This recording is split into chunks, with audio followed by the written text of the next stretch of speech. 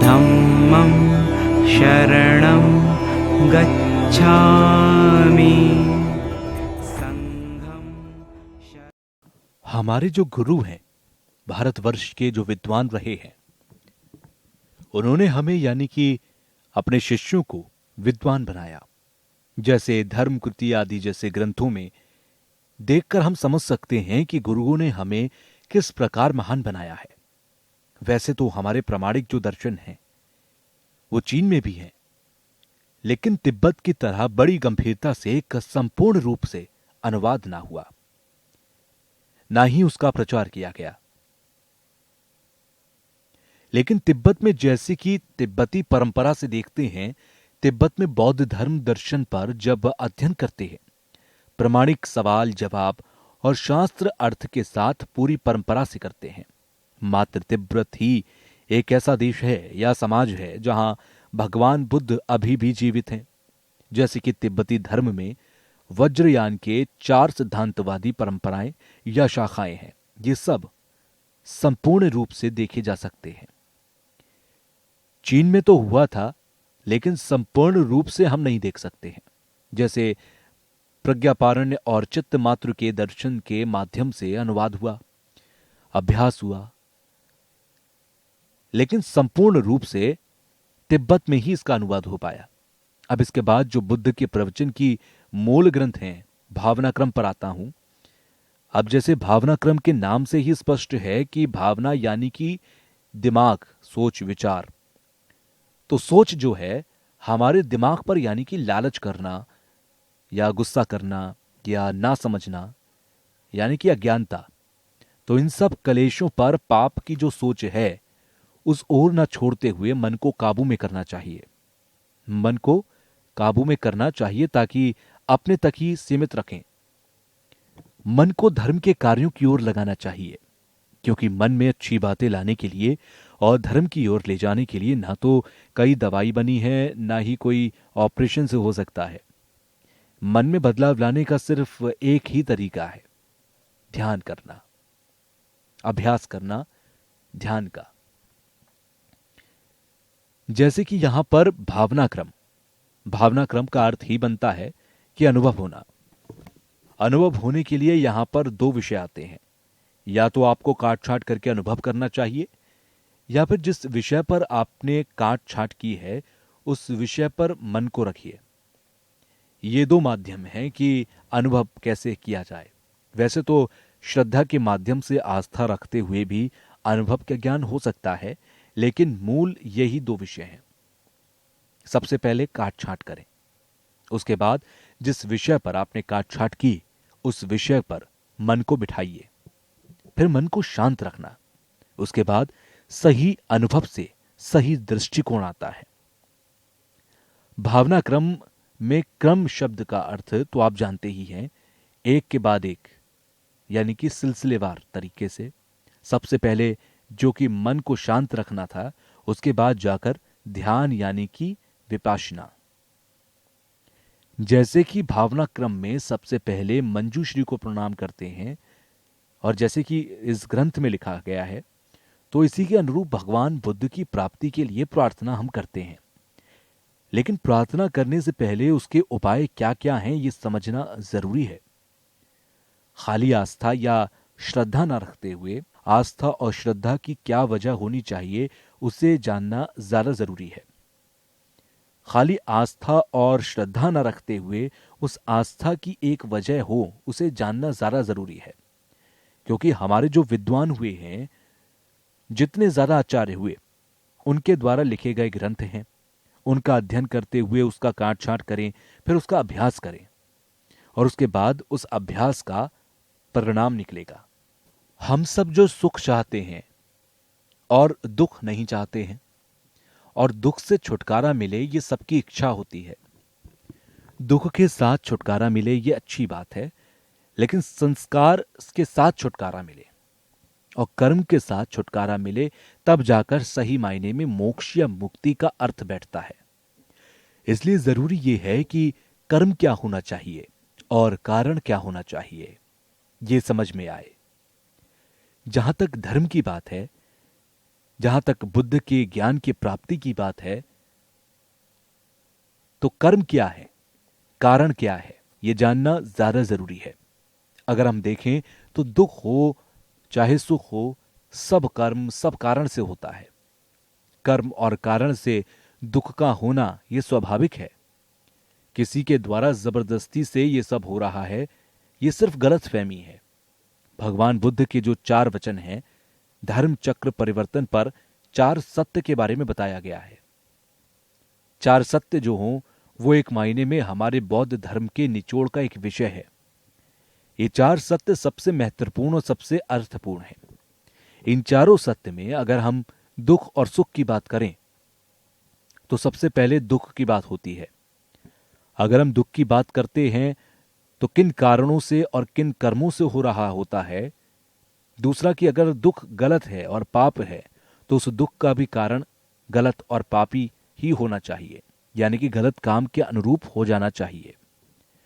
जहां तक सत्य मार्ग की बात होती है, चौथा सत्य की, यहां जो कहने की बात है कि 4 सत्य को 2 हिस्सों में बांटा गया। पहला सत्य जो है वो एक फल है, और दूसरा जो है वो कर्म है, और वो पाप की तरफ के हैं। तीसरा और चौथा जो सत्य है वो धर्म की तरफ के हैं, पुण्य की तरफ के। तो वो एक कर्म हो गया, एक फल हो गया। तो जहां तक कर्म की बात होती है, तो प्रति समर्पित के द्वारा जो कर्म रखे गए हैं, इसका अध्ययन अगर करें तो आप समझ सकते हैं कि उसकी शुरुआत अज्ञानता से होती है, ना समझने से होती है। जब कर्म, क्लेश और दुख से छुटकारा मिलता है तो वो मोक्ष होता है। जहां तक अज्ञानता की बात होती है, ना समझने की बात होती है, शून्यता के प्रति या सच्चाई के प्रति अज्ञानता होती है। दूसरी अज्ञानता कर्म और फल के प्रति होती है। सच्चाई के प्रति, शून्यता के प्रति या स्वभाव के प्रति जो अज्ञानता है, वो दूसरे सत्य में आते हैं।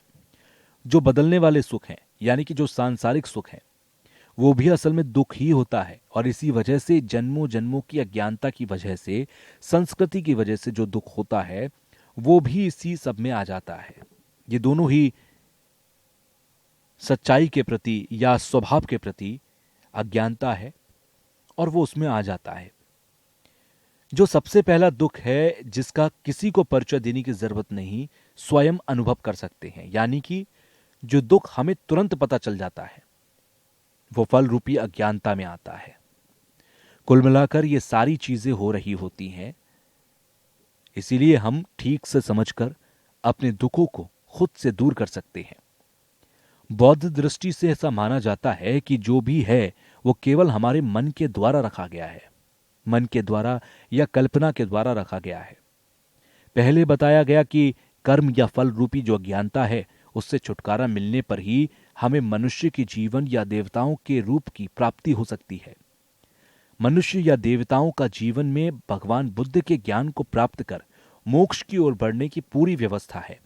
दूसरा सच ये है कि सच्चाई के प्रति या शून्यता के प्रति, स्वभाव के प्रति हमें छुटकारा मिले, या हम इन सबसे दूर हो जाएं, तब जाकर सही मायने में हमें मोक्ष की प्राप्ति होती है। हमें यह समझना बेहद जरूरी है कि हम मनुष्य हैं, हमें मनुष्य का जीवन प्राप्त हुआ, हमें परमात्मा ने जानवरों से श्रेष्ठ बनाया। इसका मतलब यह है कि हमारी सोच समझ भी जानवरों से श्रेष्ठ होनी चाहिए। जैसे कि हम बातचीत करते हैं, बातचीत करने की व्यवस्था सिर्फ मनुष्य को ही प्राप्त है। मनुष्य को इसका सही उपयोग करना चाहिए। हमें अपनी बातचीत के बारे में बारीकी से सोचना चाहिए, प्रज्ञा के माध्यम के बारे में सोचना चाहिए।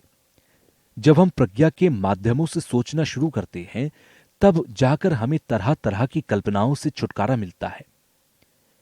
यानी अगर आप सही सुख और शांति चाहते हैं, तो वो मन से ही संभव है, धन या दौलत से संभव नहीं, सिर्फ मन से संभव है। मैं कई ऐसे लोगों को जानता हूं जो सही मायने में अरबपति हैं, खरबपति हैं, ढेर पैसे उनके पास हैं, बावजूद इसके वो इतनी खुश या शांति का अनुभव नहीं कर पाते। इससे ये साफ जाहिर होता है कि सही मायने में सुख और शांति सिर्फ मन से ही संभव है, दौलत या धन से नहीं।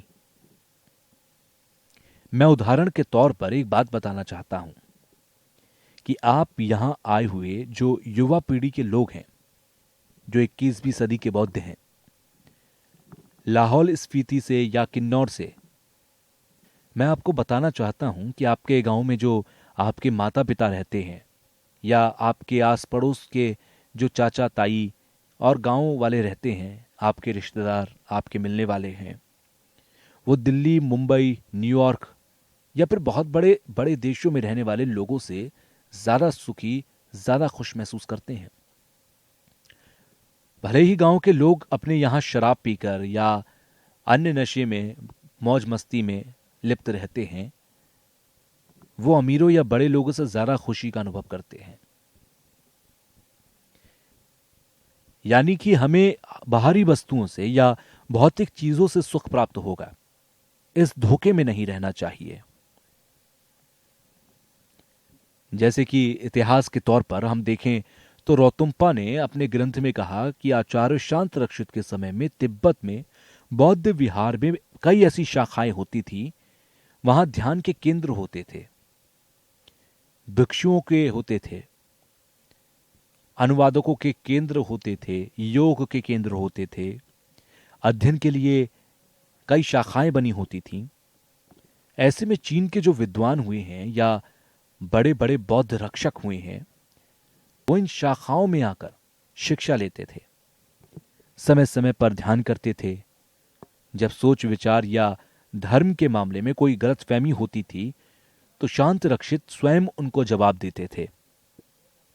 शांत रक्षित के ध्यान के बाद लोगों में कुछ कमी आ गई थी, खासकर चीन से आए हुए लोग जो होते थे उनमें का खासा कमी देखी गई। सिर्फ एक जगह ध्यान लगाकर मन को शांत रखकर मोक्ष की प्राप्ति का विश्वास करना ही मोक्ष के मार्ग पर ले जा सकता है। कुछ वर्ष पहले मैं जापान में गया तो वहां के एक विद्यार्थी ने मुझसे एक सवाल किया। उसने कहा कि उसके अध्यापक ने उसे बताया है कि सिर्फ ध्यान एक ऐसी चीज है जिससे मोक्ष की प्राप्ति हो सकती है। ध्यान के अलावा किसी प्रकार के अध्ययन करने की जरूरत नहीं है। उस वक्त उस विद्यार्थी को जवाब के तौर पर मैंने एक व्याख्या की, जैसे कि शांत रक्षित के ध्यान के बाद उनकी भविष्यवाणी के अनुसार कमलशील तिब्बत में आए और उन्होंने जो बौद्ध धर्म के सिद्धांत हैं उन्हें आगे पीछे करके एक सही क्रम में लाने का काम किया। जैसे कि इस ग्रंथ के नाम से ही स्पष्ट है कि भावना क्रम, तो भावना क्रम की अपनी एक ध्यान करने की विधि है, तरीका है, एक क्रम है। जैसा कि भारत में तिब्बत के बौद्ध धर्म के महान विद्वान शांत रक्षित और आचार्य कमलशील की हमारे ऊपर एक बड़ी कृपा है, क्योंकि हमारे यहां परंपरा रही है कि मन से, तन से, स्वभाव से और चेतना से परमात्मा की साधना करनी चाहिए। आचार्य शांत रक्षित के बाद तिब्बत में आचार्य दीपांकर भी पधारे। दीपांकर का भी हमारे ऊपर एक उपकार है, एक कृपा रही है, आचार्यों की कृपा रही है। यही वजह है कि उनके दिखाए मार्गों से आज भी हमें बौद्ध धर्म का ज्ञान प्राप्त होता है।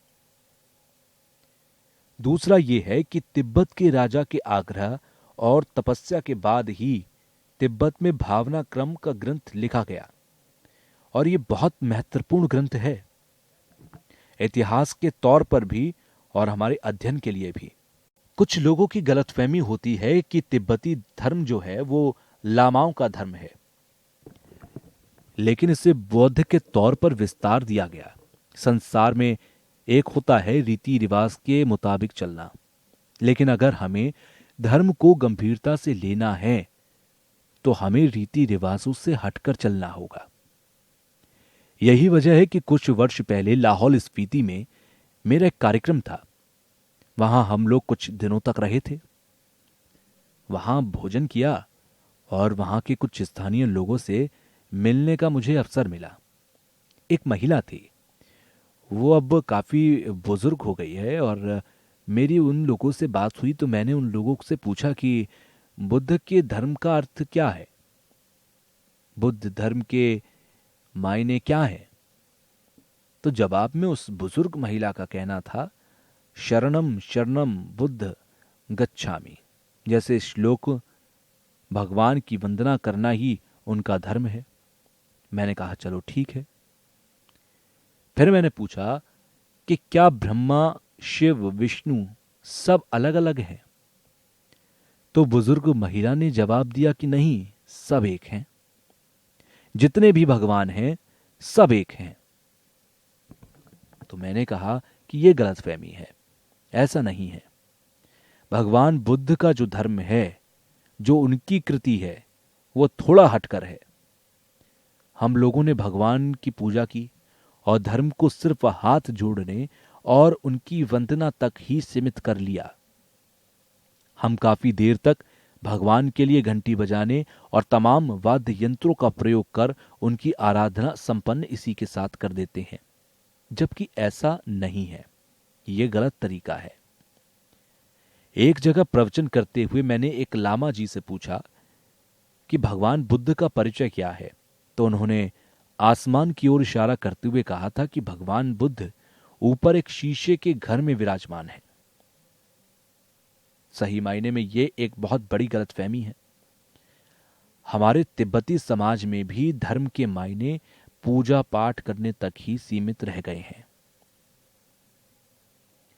भगवान और किसी भी धर्म को समझने के लिए ग्रंथों का पाठ करना बेहद जरूरी होता है, जबकि ग्रंथों का पाठ कर उसे गंभीरता से स्मरण करना चाहिए, ताकि हम धर्म और अपने भगवान दोनों के बारे में एक हद से ज्यादा जान सकें। हमें धर्म और भगवान के प्रति खुद जानकारी बटोरनी चाहिए, साथ ही साथ दूसरों को भी इसमें रुचि दिखाने के लिए प्रेरित करना चाहिए। उदाहरण के तौर पर सन 1960 और 70 के दशक में एक घटना घटी थी। इसे मैं कई लोगों के साथ साझा भी कर चुका हूं। सिंगापुर में प्रवचन करते वक्त अक्सर ऐसा होता है कि लोग भगवान का प्रवचन सुनते सुनते सो जाते हैं, और जैसे ही उनके कानों में घंटी की आवाज सुनाई देती है, वो फिर से फुर्तीले हो जाते हैं। ये नींद का कारण इन अनुयायियों में एक तरह की कमजोरी का उजागर करता है। ऐसे लोगों में साफ देखा जा सकता है कि ध्यान लगाने की क्षमता कम होती है। प्रवचन सुनते सुनते सो जाने की समस्याएं आजकल तिब्बत में भी बढ़ने लगी हैं, जहां शोर शराबा नहीं होने तक लोग भगवान के प्रवचन की ओर ठीक से ध्यान ही नहीं देते। हालांकि ये मनुष्य में तमाम कमजोरियों की निशानी है, और भगवान के प्रवचन में बैठकर उनकी ओर से ध्यान हटाना भी अपने आप में एक बुरे संकेत है। खुद को स्थिर नहीं कर पाना, भगवान के प्रवचन के दौरान सो जाना, ये सब ध्यान ना केंद्रित कर पाने के कारण है। हमें अपने मन को वश में कर ध्यान का प्रयास करना चाहिए। विज्ञान में भी माना गया कि अपने ध्यान को एक जगह केंद्रित करने के लिए स्वस्थ होना बेहद जरूरी है, जिसके लिए हमें अपने मन को शांत करना बेहद जरूरी है। स्वस्थ रहने से ना सिर्फ मनुष्य का मन शांत रहता है, जबकि किसी भी चीज को लेकर तर्क करने में आसानी होती है, जिसके कारण मनुष्य हर वो काम आसानी से कर पाता है जिसमें बाकी के लोगों को मुश्किलों का सामना करना पड़ता है। तो स्वस्थ रहें, ध्यान करने का अभ्यास करें, और इसी के जरिए आप आसानी से मोक्ष और मुक्ति की ओर बढ़ सकते हैं।